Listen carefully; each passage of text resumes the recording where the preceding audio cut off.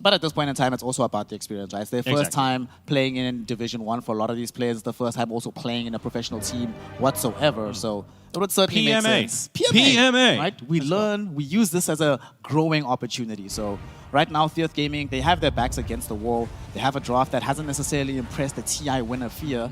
But I'm hoping that this draft is good enough or allows them to feel confident. There is play here for Thiuth. Oh, hold on a minute. Around here. This might be the play. Wymon gets caught out by a stun. He's a very, very soft support to go after. A massive Crystal Nova, but he doesn't end up going down. That'll be a first blood the way of Thiuth. In TSM, they do not have an answer. Yeah, that's one way to get it done, right? You know, you go. CK, Ari's taking a lot of damage here on the side of TSM. And one more might do it, no, but Love is still going for the chase into the tree line. That'll definitely favor Love. Another kill to go the way of Thiuth. Well, Fee must be feeling very silly right now in the old green room. I mean, they are playing. Again, they'll try to Kasane on this Brood. Kasane will try to fight back with the Insatiable Hunger. Lamey getting a little bit low, so is forced to back off. In fact, Ari's going to leap right in. Lamey now, the one in trouble and does go down. There you go, just confidence from Kasane. Level 2 Insatiable Hunger proving to be more than enough to just heal through the damage outlook and kind of clump up and try to buy space for Kasane to split their spot. They've got to do something about it. Top lane, Napkin's having a bit of a rough time. He had to run through the Rupture and it's just not going to be enough. They'll go for a bit of a man fight, but Tomato has the back of Wymon, and rather Wymon has the back of Tomato, and they get the job done. Bottom lane, Love. Try and go for his initial items up, they can just start running at you. Mid lane, however, speaking of running at 9, we'll get a nice toss back onto the left rack, but now in comes the cavalry to back up Ryle, and it looks like he might just survive through it. He barely dies, but at what cost? Oh, too high of a cost. And Esk dies first, he doesn't get the EXP from that. He does get a decent enough goal. Meanwhile, mid lane's starting to be forced in. Wymon, Frostbite is there, Arrow is going to connect, and this will be the time to drop. 9 can't really do anything about it. He will just go down, and Ryle, he will just keep chipping away at this mid-tier 1 tower. And because you rotated Eska, he's not quite there in time to kind of try to help save. No TP available on hand, and they don't really find anything to do on Kasane. Oh, they found an even bigger target, Esk. I mean, he came to try and defend, but he's defending all alone, and maybe assumed the Mirana and Wymon Sim had left the building, but they had certainly not. Another easy kill here for TSM. Ari, he might drop, so Lamey at least gets a bit of a trade and does. Critting at the right time, and I mean, why the hell not? Mid-leap gets the right click, but nevertheless, TSM, they are still forcing in that mid-tier 1 tower, and that's never great news if you've got a Treant Protector on your side of things. No, it's not a great feeling. The living armor is stalling. The physical output of the sniper might not be enough to push through that. Bottom lane, what they got there, it's going to be Kasane on that Broodmother, and that'll be the first dual win to come out for Napkin. Bit of a win out for the side of Thiuth. Yeah, building up, you know, immediately rotating down to deal with those spiderlings. It's a lot of free space for Tomato once more, though, and it's reminiscent of what we saw in Game 1, where his Morphling was just AFK farming, now his Bloodseeker is just AFK farming. Triple Slippers of Agi, Maelstrom not too far off. His farming pace is really damn good. Oh, here we go again. 9, just going to get dropped. Brahel with a double damage rune, just kind of one-hits him. Once again with the siege creep up, they're going to move into that mid-tier 1 tower. TSM, of course, at 1.09 compared to Thiuth 6.72 in terms of odds from our betting partners, esportsbets.io. Top lane, they are going to drop 9. The Tiny down once again. And TSM are just running right back to the mid lane. Just rinse and repeat. Jewel is their bottom lane, but this time around, Kasane going to be much tankier. Still, is he going to drop? Oh, he barely goes down, but again, it's going to be at what cost? Napkin and Espe will give their lives away for this. I don't believe they even got the dual damage out of that. A little bit unfortunate. Yeah, TSM, they're going to run right into the CK. It's a matter of locking him down, and Wymon, he's going to cut him off. Arrow will be there to follow up. There's just nothing they can do to help. Absolutely nothing.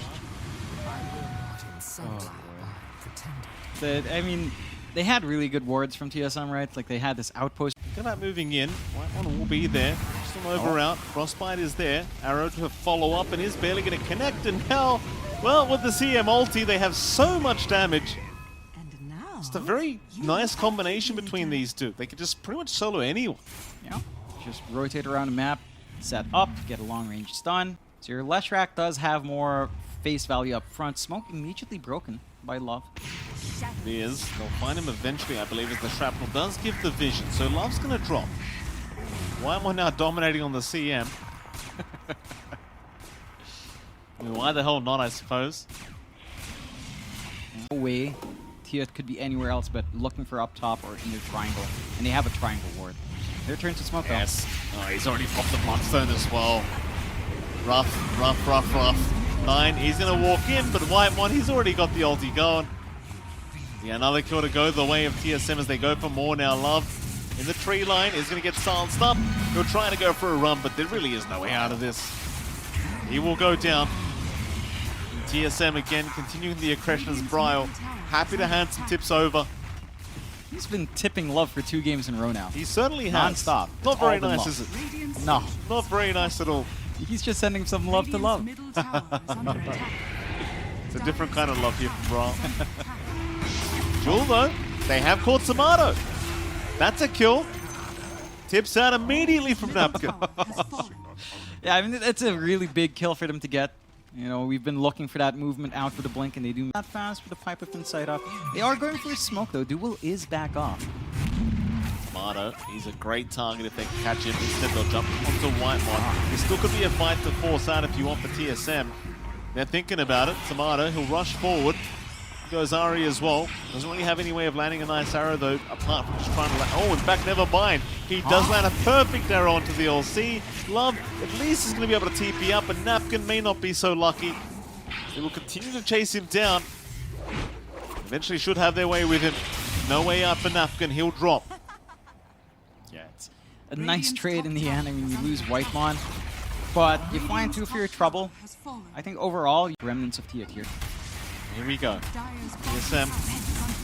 See Love first. Moonlight Shadow's there. They'll catch up the tree. Not the biggest kill in the world, but they'll take what they get. The rest of the Thiuth really just on the right side of the map right now. Not sure what the plan is, because TSM is still running to war. Yeah, just isolating here becomes a lot easier to open up for the LC duel. You can see how confident they are. Love Gets caught out. Whitemon going for a solo pick off here and does get it. It's just such a tough thing, right? Like, because you can pop Overgrowth to stop the freezing field, but TSM. Oh, arrow. Not going to land on Lamy.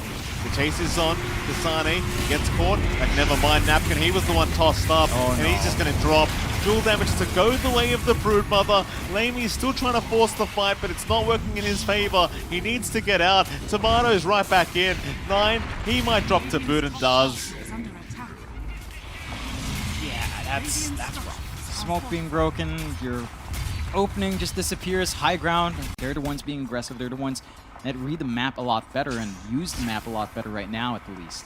Ari, they get jumped. Jewel is there. Maybe they can kind of get a bit more now, and they do.